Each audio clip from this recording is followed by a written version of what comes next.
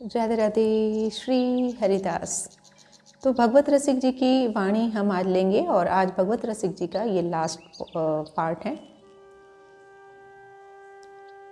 माया को सब जग भजे, माधो भजे न कोई।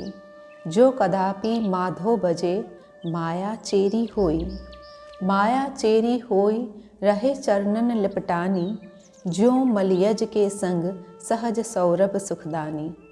भगवत रसिक अनन्य, होय सद्गुरु की दाया। माधो सो मन लगे, मोह मद छूटे माया। श्री भगवत रसिक जी की वाणी, अनन्य निश्चयात्मक ग्रंथ, उत्तरार्ध 28। समस्त संसार वास्तव में माया की ही भक्ति करता है।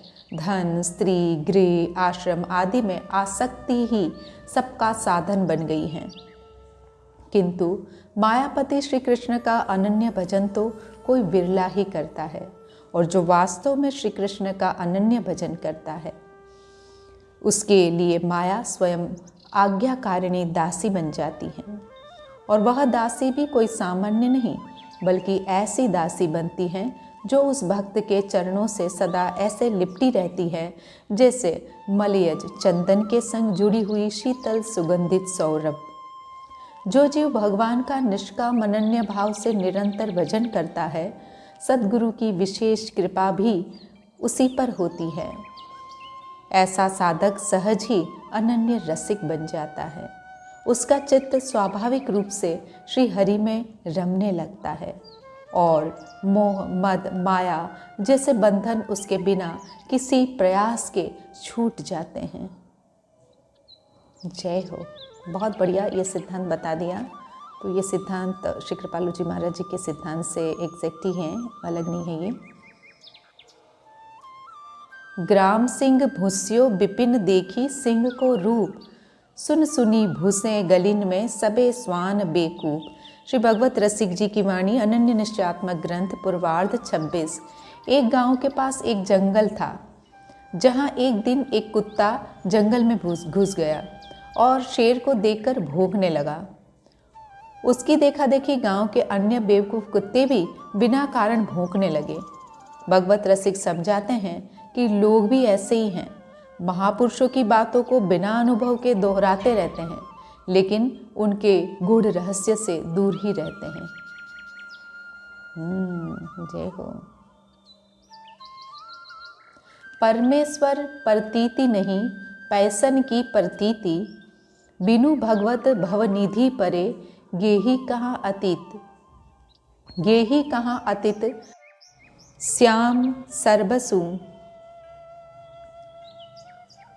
धन भूले, कनक कामिनी देखी रहे, निसी बासर फूले। दिन 10 प्रभुता पाई, कहें हम ही सर्वेश्वर। महामोह मद पिए, जिए कैसे परमेश्वर। श्री भगवत रसिक की वाणी, अनन्य निश्चयात्मक ग्रंथ, उत्तरार्ध 22।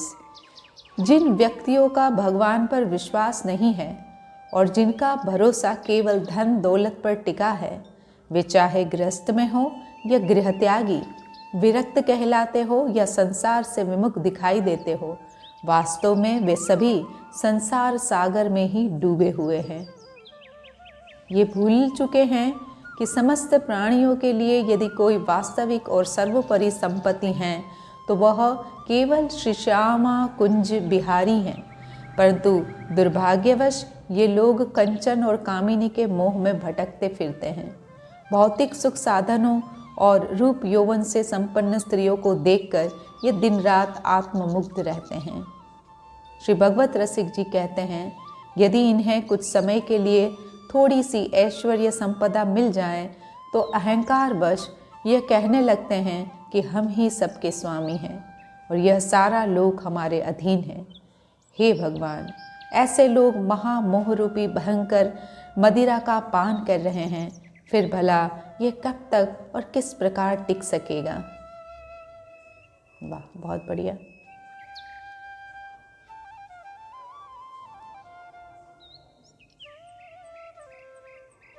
यहाँ पे और भी पद हैं, लेकिन मैं थोड़ा चेक करके इसमें से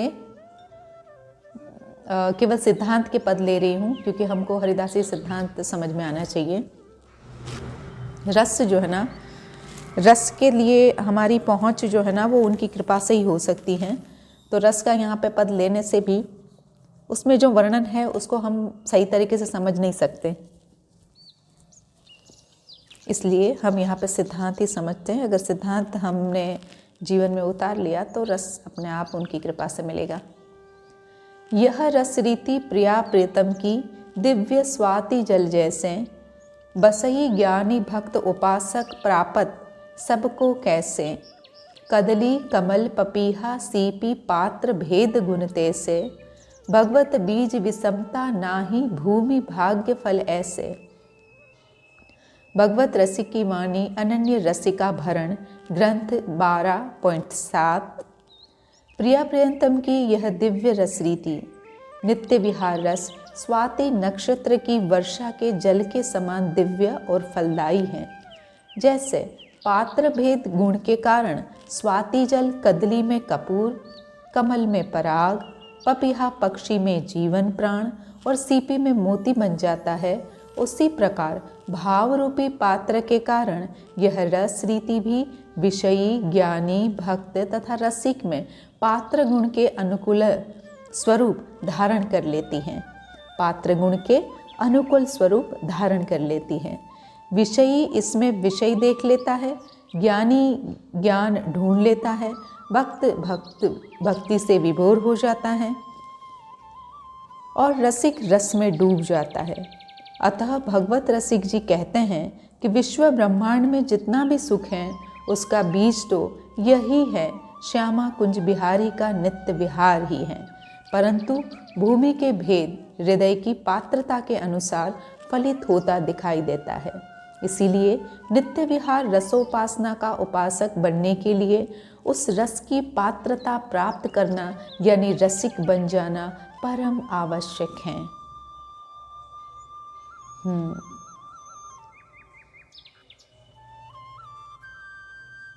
बहुविधि मर्दन करे नहीं चैतन्य होई सब, भगवत रसिक की बात कहाँ जाने बिनु अनुभव। भगवत रसिक की वाणी अनन्य रसिका भरण ग्रंथ 11.6.3। भगवत रसिक जी कहते हैं कि भले ही कोई कितनी ही दवाओं से और कितने ही प्रकार से मुर्दे को मालिश क्यों न करे, वह कभी जिंदा नहीं हो सकता। इसी प्रकार रस का अनुभव न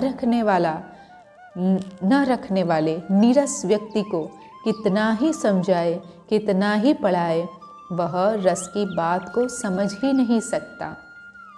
चलिए, हमारी बात को भी भगवत रसिक जी ने समर्थन कर दिया कि मतलब जब तक इसकी स्थिति नहीं है वो हमको वहाँ नहीं जाना है।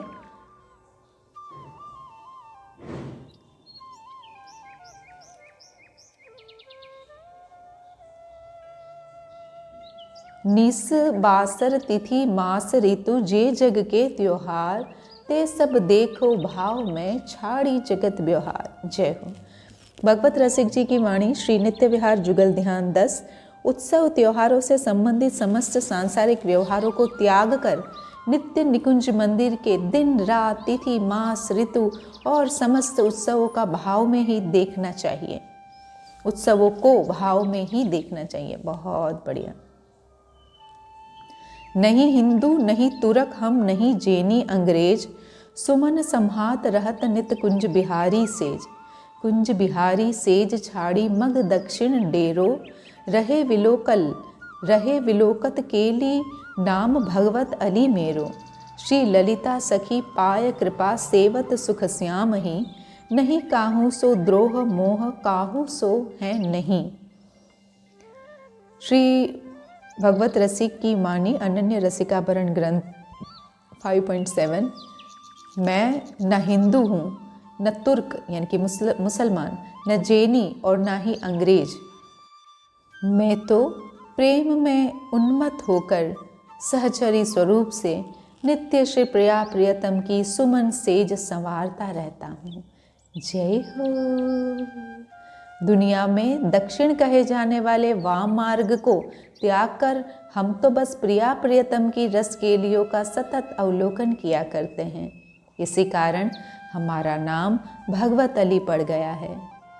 ललिता सखी की कृपा से ही हमें नित्य विहार के सुख सेवन का यह अद्भुत सौभाग्य मिला है और इसी का सेवन हम निरंतर करते रहते हैं। ऐसी स्थिति में हमारे भीतर न किसी के प्रति ईर्ष्या द्वेष है और न किसी के प्रति मोह ममता रह गए हैं। रजधानी वृंदा विपिन वय किशोर जुगराज, करे सहचरी नित नए काम केली के साज। भगवत रसिक की वाणी श्री नित्य विहार जुगल ध्यान 6। नित्य धाम श्री वृंदावन ही रसिकों एवं युगल किशोर प्रिया प्रियतम की रजधानी है, जहाँ ललितादिक सहचरियाँ रस विलास के नित्य नए साज सजाया करती हैं। नाही द्वेता द्वेत हरि, नहीं विशिष्टा द्वेत, बंधे नहीं मतवाद में ईश्वर इच्छा द्वेत। ईश्वर इच्छा द्वेत, करे सभी की पोषण, आप रहे निर्लेप, भक्त सो माने तोषण। भगवत रसिक अनन्य संग, डोले गलबाही, करे मनोरथ सिद्ध, उचित अनुचित कछु नाही। भगवत रसिक की वाणी निर्विरोध मनोरंजन 6। तो बहुत सुंदर बताया यहाँ पे। श्री कृष्ण ना द्वैताद्वैत सिद्धांत में बंधे हैं न विशिष्टाद्वैत में बंधे हैं। वे तो परम स्वतंत्र हैं, अपनी इच्छा अनुसार ही कार्य करते हैं। परम स्वतंत्र श्री कृष्ण सबको पोषण करते हैं, लेकिन स्वयं सबसे निर्लेप रहते हैं एवं अपने भक्तों से ही संतोष पाते हैं। रसिक अनन्य भक्तों के साथ गले में बाहें डालकर घूमते हैं और उचित अनुचित का विचार किए बिना ही उनकी समस्त मनोकामनाओं की पूर्ति करते हैं। सुनी सुनी सब कोऊ कहे, देखी कहे न कोई, देखी कह भगवत रसिक, ताके पग पियद होई। श्री भगवत रसिक जी की वाणी अनन्य निश्चयात्मक ग्रंथ पूर्वार्ध 27। संसार में अधिकांश लोग वेदों, शास्त्रों या अनुभवी महापुरुषों की बातों की बिना स्वयं अनुभव किए ही दोहराते रहते हैं। ऐसे व्यक्तियों की बातें प्रायः मिथ्या होती हैं। श्री भगवत रसिक जी कहते हैं कि हम तो उस व्यक्ति के चरण धोकर पीने को भी तत्पर हैं जो पहले परमार्थ का स्वयं अनुभव करे और फिर कुछ कहें। जगत में पैसन ही की माण, पैसन बिना गुरु को चेला, खसमे छाड़े राण। जब तप जोग विराग ज्ञान को, पैसन राखी चाल। धीरज धर्म विवेक सोचता, दई पंडितन छाड़। संत महंत गांव के, आमिल करत प्रजा को दान। भगवत रसिक संग बिन सबकी, किन्ही कलयुग भाण। भगवत रसिक की वाणी अनन्य निश्चयात्मक ग्रंथ पूर्वार्ध 3। इस संसार में धन दौलत का ही एकमात्र महत्व और प्रभुत्व है। धन न रहने पर शिष्य गुरु को छोड़ देता है और स्त्री पति का परित्याग कर देती हैं। जब तक योग वैराग्य और ज्ञान सबको धन ने निर्मूल और बेअसर कर दिया है। धन के पीछे पंडितों ने अपने स्वाभाविक और अनिवार्य गुण धैर्य, धर्म, विवेक और पवित्रता को ताक पर रख दिया है। संत महंतों से लेकर गांव के मुखिया तक सब जनता से धन ऐंठने में लगे हुए हैं। श्री भगवत रसिक जी कहते हैं कि सत्संग के अभाव में इस कलयुग ने सबको भाण, खेल तमाशा दिखाकर जीविका चलाने वाला बना दिया है। पैसा पापी साधु को, परसी लगावे पाप। विमुख करे गुरु इष्ट ते, उपजावे संताप। उपजावे संताप ज्ञान वैराग्य बिगारे। काम क्रोध मद लोभ मोह मत्सर सिंगारे। सब द्रोहीन में सिरे, भक्त द्रोही नहीं ऐसा। भगवत रसिक अनन्य, भूल जिन पर सी पैसा। श्री भगवत रसिक जी की वाणी अनन्य निश्चयात्मक ग्रंथ उत्तरार्ध 23। भगवत रसिक जी कहते हैं कि हे अनन्य रसिक संतो, पैसा पापी होता है। यह छूने भर से ही साधु को पाप लगा देता है। यह पैसा साधु को उसके इष्ट और गुरु से विमुख कर देता है और मन में संताप पैदा कराता है। यह ज्ञान तथा वैराग्य सबको बिगाड़ देता है। यह पैसा काम क्रोध अभिमान लोभ मोह और मत्सर को सजाता है। पैसे के समान भक्तजन का कोई अहित करने वाला नहीं है, यह सब द्रोहियों का सरताज है। देखिए, अब ये बात सुनकर, और ये थोड़ा सा जैसे कि मैं सबकॉन्शियस माइंड पावर की थियरी भी बताती रहती हूँ, थोड़ा सा अलग है। यहाँ पे जिस चीज़ की हमको आवश्यकता है उस चीज़ को हमको महत्व देना पड़ता है। कोई भी विरक्त ऐसे भगवत रसिक जी जैसे तो हम में से कोई भी नहीं है कि जो केवल कोपिन डालकर और पूरे कहीं पे भी डोलेंगे और कहीं पे भी रह लेंगे, वृक्ष के नीचे भी इनका जीवन चल जाता है। तो हम में से ऐसा कोई भी नहीं है। हम लोगों को तो एक रहने के लिए कुटिया चाहिए, हमको संसार में ही रहना होता है, और इसके लिए जो है हमको पैसे की आवश्यकता होती है। तो इसलिए हम लोगों को इतना पैसों से विरक्त होने की आवश्यकता मुझे नहीं लग रही है। और हम देखते ही हैं बड़े से बड़े महात्मा संत लोग जो होते हैं तो वो पैसों को स्पर्श नहीं करते होते हैं, लेकिन उनके जितने भी शिष्य लोग होते हैं तो उनसे वहीवट चलता है, जितना भी उनका व्यवहार होता है पैसों का, लेन देन का। तो एक ही चीज़ है, वो चलाए या उनके शिष्य चलाए, है तो एक ही चीज़ ना। तो वो भी पैसों का वैसे तो उपयोग कर ही रहे हैं। तो यहाँ पे मैं इस चीज़ को, जैसे मैं खंडन नहीं कर रही हूँ, अगर उनकी जितनी विरक्ति आप में है तो आप ज़रूर इसी तरीके से रहें जैसे भगवत रसिक जी बोल रहे हैं। लेकिन हम जानते हैं अपनी स्थिति क्या है, इसलिए हम लोगों को पैसा भी एक ऊर्जा है। हमारे यहाँ पे तो लक्ष्मी जी का स्वरूप मान के उनकी पूजा होती है। तो और साइंस इसको मानता है कि ये भी एक जो है वो एक पॉजिटिव एनर्जी है। तो उस एनर्जी के फ्लो को अपनी ओर आकर्षित करने के लिए, अट्रैक्ट करने के लिए हमको उसके प्रति रिस्पेक्ट रखना पड़ेगा। यहाँ तो ये भी बताया जाता है कि एक नोट पकड़ो, उस नोट को बहुत ही थैंकफुल हो जाओ कि ये पैसा आपके हाथ में है। जब भी आप कुछ चीज़ को पे करो तो अपने आप को, भगवान को थैंकफुल हो जाओ, यूनिवर्स को थैंकफुल हो कि आपको पेमेंट करने की जो है वो क्षमता मिली है। तो ज़्यादा मैं इसमें खींचूंगी नहीं, बस आप इतना ध्यान रखें कि पैसों के लिए नेगेटिव नहीं होना है। जब तक हमारी ये स्थिति नहीं आ रही है तब तक हमको पैसे से लेन देन रखना ही पड़ेगा, और तब तक के लिए हमको पैसों को रिस्पेक्ट देना ही पड़ेगा। तो इसलिए पैसा जब भी हमारे पास आता है तो भी यूनिवर्स का थैंक कीजिए, उनके लिए आभार व्यक्त कीजिए। नहीं है फिर भी अपने पास आवश्यकता के अनुसार जितना है उसके लिए भी आभार व्यक्त कीजिए। ग्रेटिट्यूड के लिए जो है वो खुद राजेश कपूर जी भी बता रहे थे, और ग्रेटिट्यूड के लिए सब कोई बता रहा है। तो ग्रेटिट्यूड यानी कि थैंकफुल होना, हमारे पास जो जो चीज़ें हैं उसका आभार व्यक्त करना बहुत आवश्यक है। छोटी सी चीज़ें मैं बताती रहती हूँ कि हम जाते हैं सुबह सुबह उठ के, हम वॉशरूम में जाते हैं, अरे भाई देखो तुमको कितना बढ़िया सुंदर साफ़ पानी मिल रहा है। कई लोगों को तो पीने तक का पानी नहीं मिलता है, तुम्हारे तो नहाने के लिए इतना स्वच्छ पानी आ रहा है, तो उसके लिए आप थैंकफुल हो जाओ। आप जब भी ब्रेकफास्ट करते हो, आपके पास हेल्दी ब्रेकफास्ट हैं। लोग तो जो है वो कितना बेकार सा तला भुना और सुबह सुबह जो है वो पता नहीं क्या क्या अनाप शनाप खाना शुरू कर देते हैं, नॉन वेज ये वो, और आपको इतना शुद्ध सात्विक ब्रेकफास्ट मिल रहा है, उसके लिए थैंकफुल हो जाइए। आपके पास चाहे रेंट का हो चाहे कैसा भी हो, आपके पास एक सुकून भरा आपका एक घर है कि जहाँ पे आप रह सकते हो।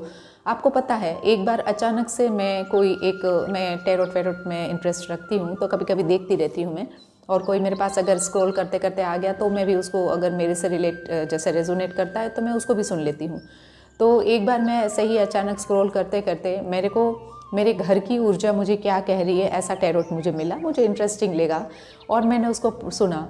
तो सच में जैसा मैं अपने घर में जहाँ पे जैसे रहती हूँ और जिस प्रकार का मेरा घर का माहौल है वो पूरा A to Z उसने व्यक्त किया, और मुझे समझ में आ गया कि ये 100% मेरे से रेजोनेट हो रहा है, कि मेरे घर की एनर्जी है। और फिर मैं इतना इमोशनल हो गई, मैं लिटरली रोई, और मेरा घर भी जहाँ पे मैं रह रही हूँ वो भी मेरे से इतना इमोशनल है, वो भी मेरे से इतना अटैच है, और वो भी मेरा इतना केयर करता है, क्योंकि घर की भी एक ऊर्जा है। तो घर में जब आओ जाओ तो मैं सच में मैं किस करती हूँ अपनी वॉल को, मतलब मेरा घर जो है वो मेरे को सच में सुकून देता है, बहुत ही शांति देता है। यहाँ आने से मुझे मेरा घर महसूस होता है। तो मैं सच में चाहती हूँ कि मैं यहाँ रहूँ अब, लेकिन अब देखो प्रभु जब तक रख रहे हैं तब तक तो हुई हूँ। हालांकि यहाँ पे एक मेरे बीच में जो है मेरी जो मेन विंडो है, जो मेरे बेडरूम की जो मेन विंडो है, तो वहीं पे लगभग 5-6 फ्लैट्स की विंडो एक ही जैसे क्या बोलती है गैलरी में खुलती हैं। तो सबकी बातें इतनी सुनाई देती है क्लियरली कि जैसे हमारे घर में कोई बात कर रहा हो, तो वो चल जाता है। लेकिन आसपास में सब लोग जो हैं वो सात्विक लोग हैं और सब लोग साधक टाइप के हैं, तो ज़्यादा ऐसे टीवी वीवी और थोड़ा बहुत हल्का बहुत कभी बच्चों ने कुछ बजा दिया तो ठीक है। और ज़्यादा नहीं, मतलब इस तरीके का माहौल नहीं है, तो वो भी जो है वो हम एडजस्ट कर लेते हैं। लेकिन ये घर जो हैं वो सच में, वो घर जिस किसी घर में भी आप रहते हैं तो वो आपके लिए क्या क्या नहीं करता है। वो घर जो किसने बोला था, शायद राजेश कपूर या कोई भी ने, वसंत विजय जी महाराज जी ने, एग्जैक्टली मुझे याद आया, जो आपकी ईंटें हैं, ईंटें वो भी आप जो सोचते हो, आप जो वहाँ पे लड़ाई झगड़ा और अनाप शनाप बकवास कर देते हो ना, वो सारी की सारी वाइब्रेशन वो सोख लेता है। ईंटों में पानी डालोगे तो कैसे पानी तुरंत सोख लेता है, ऐसे ही वो आपकी जो फीलिंग्स है, आपकी जो पॉजिटिव नेगेटिव जो वाइब्स हैं, उसको सबको वो सोख लेता है। अब सोचो कि ये इसी घर में, जैसे एक व्यक्ति का जो है वो एक लाला छोटी एज में बस 10-15 दिन में यहाँ पे आया और उसने सुसाइड कर लिया, और यही घर है कि जहाँ पे उसके इतनी अशांति हुई, और वही घर जो हैं वो अशांति के कारण उसके भी कुछ नेगेटिव जो हैं वो कुछ पड़ी होगी, उसकी भी चीज़ें जो हैं उसकी भी इफ़ेक्ट यहाँ पे हुई होंगी। लेकिन राधा रानी की कृपा से मैं जब से आई हूँ तब से लेके अभी तो मतलब मुझे तो बहुत पॉजिटिविटी जो है वो फीलिंग आती है, एकदम ज़्यादा पॉजिटिविटी। तो वो कैसे हो गया, तो बस केवल राधा रानी की ब्लेसिंग्स, हमारे हरि गुरु की कृपा से ये हुआ। तो मैं कहना क्या चाह रही हूँ, तो जो भी हम वाइब्स, जो भी हम फीलिंग्स से, जो भी हम छोड़ोगे ना यूनिवर्स को, तो ये हमारे घर, ये हमारी ईंटें, एक एक चीज़ जिसको आप जड़ समझते हो, वो सब इस चीज़ों को ग्रहण करते हैं, एब्जॉर्ब करते हैं, और आपको वैसे का वैसा। वसंत विजय जी महाराज जी बोलते हैं कि एक बार आपने घर में झगड़ा कर लिया ना, तो उसके वाइब्रेशंस पूरे 1 साल तक वैसे ही पड़े रहते हैं। 1 साल के बाद भी आप जाओगे तो वही वाइब्रेशंस रहेंगे।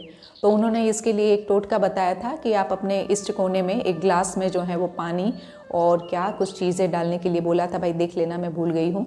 मैं करना चाह रही थी पर लेकिन अभी तक मैं वो जो कांच का ग्लास में यूज़ करती नहीं हूँ, तो मेरे पास है नहीं है। मैं परचेस करके रखना चाह रही थी। उन्होंने कहा है कि हर थर्सडे को आप रखो, देखो उसमें सारे घर की जो नेगेटिविटी वो एब्जॉर्व करेगा वो पानी का ग्लास, और फिर आप उसको फेंकते रहो। हर थर्सडे को फेंको, फिर थर्सडे को नया रखो, और वो पानी को इस तरीके से ना तो आपके वहाँ पे टॉयलेट में जैसे उसको फ्लश करोगे, ना तो बेसिन में कहीं डालोगे, कहीं कोने में जाके बाहर डाल दो। और कहीं ये नहीं है कि पड़ोसी के उधर डाल दो, अपना कोने में कहीं जाके बाहर डाल दो, या तो कोई जहाँ पे किसी का पैर वैर ना पड़ता वहाँ जाके डाल दो। तो ये क्या है, ये सब ऊर्जा विज्ञान है और ये सत्य है।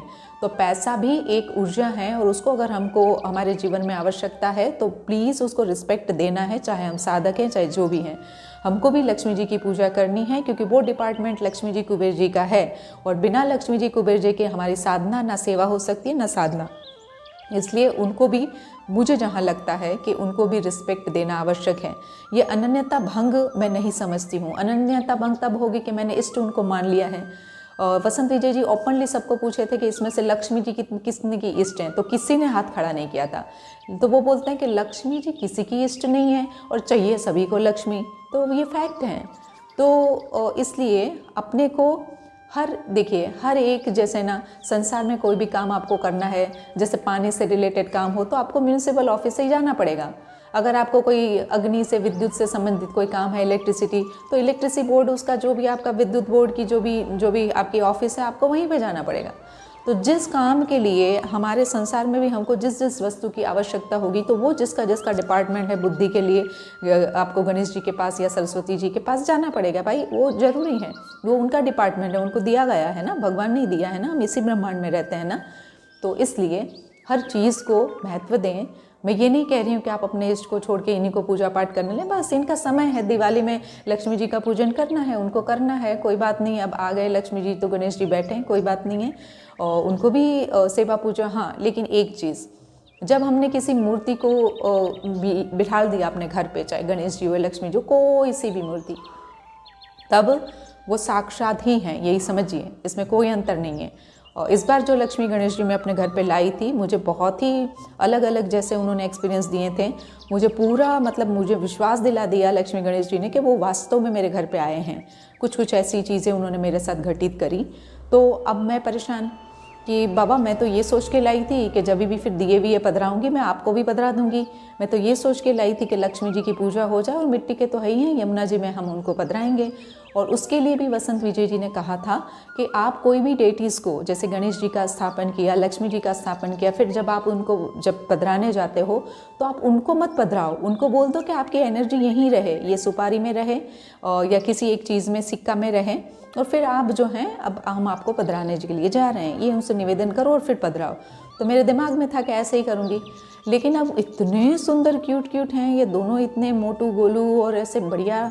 अब मैं उनको जब भी देखूँ, अब मैं भोजन पाऊँ तो मैं उनके सामने पाऊँ और कुछ भी पढ़ूँ, तो मैंने कहा देखो भाई एक काम करो, तुमको अगर मेरे घर पे रहना है ना तुम रहो बेशक, लेकिन मैं तो अपने प्रियालाल को भी मैं तो भोग नहीं लगा रही हूँ। अब मैं क्या करूँ? देखो मेरा भोग लगने का तरीका है कि मैं बैठने से पहले अपने प्रियालाल को स्मरण करती हूँ, उनको बोलती हूँ कि देखो भाई आप मेरे हृदय में विराजमान हो, अलग से मैं पवा नहीं सकती हूँ, हम साथ में मिलकर पाते हैं, चलो शुरू करते हैं। ऐसे करके श्री हरदास 3 बार बोला और मैं शुरू करती हूँ।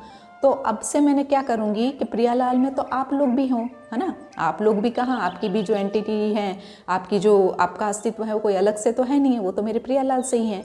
तो पहले मैं आपको भी प्रियालाल में समाहित करती हूँ, फिर मेरे प्रियालाल को मेरे हृदय में, और मेरे हृदय में फिर हम दोनों सब लोग एक साथ पाएंगे। तो मुझे लगा कि वो खुश हो गए और तभी से वो खुश हैं और खुशहाल बैठे मेरे घर पे। मेरी सिस्टर तो बोल रही थी कि तू ऐसा मत करना, उनको यमुना जी में मत बहाना, तू मुझे दे देना। अरे भाई मैंने कि मेरी लक्ष्मी जी में तुझे कैसे दे दूँ मेरी गणेश जी में तुझे कैसे दे दूँ। तो मैंने कहा चलो इससे बढ़िया है कि मैं इनको अपने ही पास रखती हूँ और इस तरीके से। तो देखो भाई अब मुझे कोई भी एक रसिक संत का, जब मैं ऐसे ही ये रसिक संतों का जब लिखने पढ़ने में मैं देख रही थी यूट्यूब, तो बोल रहे थे, शायद श्यामदास बाबा ही बोल रहे थे, बोले आपके घर में कौन से इष्ट बिठाए ये हमको देखना पड़ेगा, और स्वामी जी का संप्रदाय है और स्वामी जी नहीं है, गुरु जी नहीं है, तब तो ख़त्म हो गई बात भाई, फिर तो हमको कुछ और बोलना ही नहीं चाहिए, ऐसा बोले वो। मतलब उन्होंने टॉन्ट किया कि अगर आप रसिक अनन्य की बात कर रहे हैं और आपके घर में जो है वो और देवी देवता बैठा के रखे हैं, तो अब तभी से मैं सोच रही थी कि इस विषय में मैं कभी कुछ बोलूँगी, तो आज साथ ही साथ जो है वो मैं बोल देती हूँ। तो भाई देखो स्वामी जी की अनन्यता जो है ना, वो जिस कक्षा की बात कर रहे हैं ना, उस कक्षा में अगर हम 1000 जन्म में भी अगर पहुँच गए ना, तो भी 1000 क्या 10,000 लगा लो भाई, तो भी ये सस्ता सौदा है। स्वामी जी की चीज़ इतनी इजी नहीं है भाई। पर मैं ये नहीं कह रही हूँ कि ये मान के फिर बस पैर पसार के सो जाओ और आलस करते रहो और संसार में मरते पिटते रहो, ऐसे नहीं कह रही हूँ मैं, लेकिन ये इतनी जो है वो अमूल्य चीज़ है। तो जो हमारी आज की स्टेज है, उस स्टेज को देख के तो हमको नहीं लगता कि हमको स्वामी जी का वो रस इस जन्म में मिल जाएगा। तो इसलिए भाई अपनी औकात को हम ध्यान में रखें, और जो हमारे लेवल से हैं जो चीज़ें जुड़ी हुई, तो उनसे भी हम जुड़े हुए रहें, ऐसा मेरा मानना है। तो इसलिए रखिए आप, और उसके लिए मना नहीं है, पर अपने इष्ट एक ही हैं, अपना रस एक ही है, अपने साधन भी एक ही हैं, मतलब हमारी साधना पद्धति भी एक ही है, सब कुछ हम एक ही जगह पे हैं। लेकिन जो जो डिपार्टमेंट जिस जिस देवताओं का है, उसका वो दिन आने पे या वो है ना तिथि वार त्यौहार आने पे हम उनको भी रिस्पेक्ट करेंगे, हम उनकी भी पूजा करेंगे, उसमें हमारी राधा रानी को इंक्लूड करें कि मेरी राधा रानी ही ये स्वरूप में है और उनकी हम पूजा कर रहे हैं, उनकी हम सेवा कर रहे हैं, अलग से उनको ना माने। और वास्तव में फैक्ट तो यही है, तत्वज्ञान यही है कि लक्ष्मी जी कहो चाहे अनंत कोटि ये दुर्गा वगैरह मानो, या तो एक एक ब्रह्मांड की एक लक्ष्मी, एक पार्वती, एक जो है वो माता ब्रह्माणी सरस्वती मानो, तो अनंत कोटि ब्रह्मांड की ये तीनों की तीनों जो देवियां हैं वो हमारी राधा रानी की एक नख छटा की एक कांति से वो उत्पन्न हो जाती हैं। तो है तो हमारी राधा रानी का ही तो स्वरूप है, स्वांश हैं वो सारे के सारे, कोई अलग थोड़ी हैं, वो कोई स्पर्शनल मतलब एक कोई ऐसी स्पिरिचुअल पावर नहीं है कि ये अपने आप बन गई, कहीं से नहीं बनी, ये इनको भी राधा रानी ने बनाया है। तो इसलिए ये मानकर हम करें। कुल देवी के लिए ही खास कर, ये जो मेरी सिस्टर है उसको हमेशा प्रश्न रहते हैं कि मैं अपनी कुल देवी को छोड़ूंगी, कुल देवी ये वो, फिर अब वो भी मान गई हैं कि कुल देवी और राधा रानी दोनों एक ही हैं, वो उसमें कोई अंतर नहीं है, ये मान के चलना है। और कुलदेवी वाले लोग और कुल देवता वाले लोग के लिए बसंत विजय जी तो हमेशा बोलते हैं कि अपनी माँ होती हैं। घर में कुछ अच्छा खाना बनेगा या कुछ लेके आएगी तो वो अपने बच्चे को ही पहले देंगी। हाँ, पड़ोसी से प्यार होगा तो थोड़ा बहुत उनको भी कर देंगी, लेकिन अपने बच्चों से ही पहले करेगी। तो अपनी कुल देवी होती हैं, जो अपने कुल देवता होते हैं वो भी हमारे हैं। यहाँ से हमारा DNA जुड़ा हुआ है भाई, हमारे दादा के दादा के दादा के दादा उसी देवी की पूजा करी हैं, तो इसलिए उनको हमसे उम्मीद रहती हैं। और वो तो बसंत विजय जी यहाँ तक कहते हैं कि इस कुल में तुम जन्मे हो कुलदेवी ने चाहा है कि मेरा बच्चा इस स्कूल में आए, तब तुम आए हो, ये बच्चा मेरी सेवा करे तब तुम आए हो। इसलिए कुलदेवी यानी कि हमारी जनता जो हमारी माँ होती है, ऐसी ही हमारी कुलदेवी होती है। इसको बराबर हमको रिस्पेक्ट देना है। हाँ, चाहे तो साल में एक बार उनके दर्शन करने ज़रूर जाना चाहिए। तो ये सारी चीज़ें हैं। तो इन सब देखो, अब ये सारी चीज़ें अनन्यता से एकदम अलग हैं और मैं आपको बता रही हूँ, लेकिन भाई मैं अपने लेवल से बता रही हूँ। तो जिन किसी व्यक्ति का मेरे जैसा लेवल हो तो वो उसको फॉलो करें। अदरवाइज़ अनन्य का मार्ग है। हमारे यहाँ तो भागवत बोलना भी मना है, हम नहीं बोल सकते भागवत, क्योंकि अनन्यता का मार्ग है। यहाँ पे ब्रज की तो कोई बात ही नहीं है, और मैं तो यहाँ पे ब्रज की लीलाएं वर्णन करती रहती हूँ। तो इस तरीके से तो मैं भागवत ही बंद कर दूँ तो फिर करूँ क्या? हाँ, मेरा कौन आके यहाँ पे किराया देने वाला है, या कौन जो है वो मेरा खर्चा पूरा करने वाला है ना?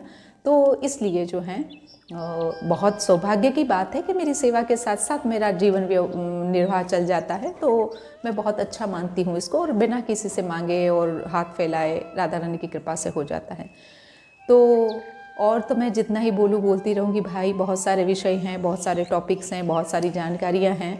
पर लेकिन देखो, आप भी जो हैं, भगवान ने आप में भी बुद्धि दी है, तो आप अपना जो है वो जितना हो सके अपने रख रखाव के लिए, अपने शरीर के, अपने आत्मा के, हाँ, तो उसके लिए आप भी मेहनत करते रहें, उसके लिए सर्च करते रहें।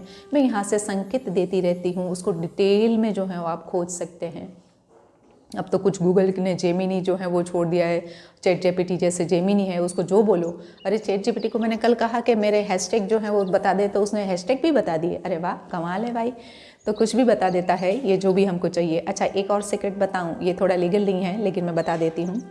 कोई भी बुक है ना, जैसे मुझे राजेश कपूर की वो बुक सारी नहीं चाहिए थी, उसमें कुछ चीज़ें चाहिए थी। एक बार विश्वरूप राय चौधरी की भी बुक, और उसमें भी सब चीज़ नहीं चाहिए थी, कुछ चीज़ें चाहिए थी।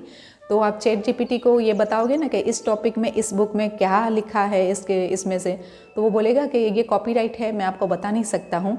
लेकिन आप जो उसको पूछोगे ना एग्जैक्टली, तो उससे रिलेटेड वो सारी चीज़ें उसी बुक में से वो बता देता है। तो ये एक फ़ायदा है। तो सारी बुक्स हमको परचेज़ करने की ज़रूरत नहीं है भाई। किंडल में भी ये बहुत महंगी रहती हैं। तो कुछ चीज़ें जो है वो जो तो हमको चाहिए ही नहीं है, तो जितनी चाहिए उतना जो है वो, हालांकि दोनों किताबें, विश्वरूप राय चौधरी की नीम से रिलेटेड जो किताब है वो, और इनकी जो है वो जीवन शैली से रिलेटेड जो किताब हैं, वो दोनों की दोनों किताब बहुत बढ़िया हैं। लेकिन अब कौन पूरी पढ़ेगा, कौन पैसा खर्चा करेगा, तो इतना सब तो सोचता है ना, मैं तो सोचती हूँ। तो इसलिए आप लोगों भी अगर चैट जीपीटी यूज़ करना, जीपीटी यूज़ करना, या तो गूगल जेमिनी जो है उसको यूज़ कर सके तो आप करिए। और ये भी जो है वो हमको सारी की सारी इन्फॉर्मेशंस दे देता है। तो इसमें ध्यान दीजिए, अपना जो है वो हर तरीके से ख्याल रखिए, अपने को स्वस्थ रखिए, अपने को पॉजिटिव बनाए रखिए। हमारे को अब आप ये सोचो, मुझे सुनकर भी आप जो है वो एकदम पॉजिटिव और इतने ऊर्जावान हो जाते हो, तो आप ये सोचो कि तो मेरे जो ओरा के फील्ड में आते होंगे वो लोगों को कितनी इफ़ेक्ट होती होंगी, है ना? तो ऐसा कैसे हैं? तो ऐसा मैं रहती हूँ, रहने का प्रयास करती रहती हूँ, और लोगों को भी मोटिवेट करती रहती हूँ, और उसके लिए मैं हर तरीके से प्रयास करती हूँ। तो आप भी ऐसा कर सकते हैं। देखिए कितना आनंद आता है ऐसे में, है ना? तो ये करते रहिए। और देखिए, लोग हमारे आसपास में, चाहे चींटी हो, चाहे कोई भी मनुष्य हो, उनका जीवन हमारे जितना ही महत्वपूर्ण है। तो उनके जीवन को भी रिस्पेक्ट कीजिए। उनके लिए भी अगर आप हेल्पफुल हो सके तो कीजिए उनके लिए मदद। लेकिन हमेशा भावना बनाए रखें कि इनमें भी हमारे प्रियालाल विराजमान है। हम उनकी खुशी के लिए कर रहे हैं, ना कि व्यक्ति विशेष की खुशी के लिए, ना तो अपने मान सम्मान प्रतिष्ठा के लिए। ये हमेशा याद रखना है। तो ये तो बहुत लंबा चला गया, तो इसको हम यहीं पे विराम देते हैं। कल मिलते हैं फिर इनकी वाणी को और कंटिन्यू करते हुए। मुझे लगा आज लास्ट पार्ट है, लेकिन नहीं हो पाया, तो हम और भी ले लेते हैं। और बहुत अच्छा सिद्धांत है, और ये हमको समझना आवश्यक है, खास करके हरिदासी लोगों को। तो कल मिलते हैं, तब तक के लिए श्री हरिदास, जय श्री राधे।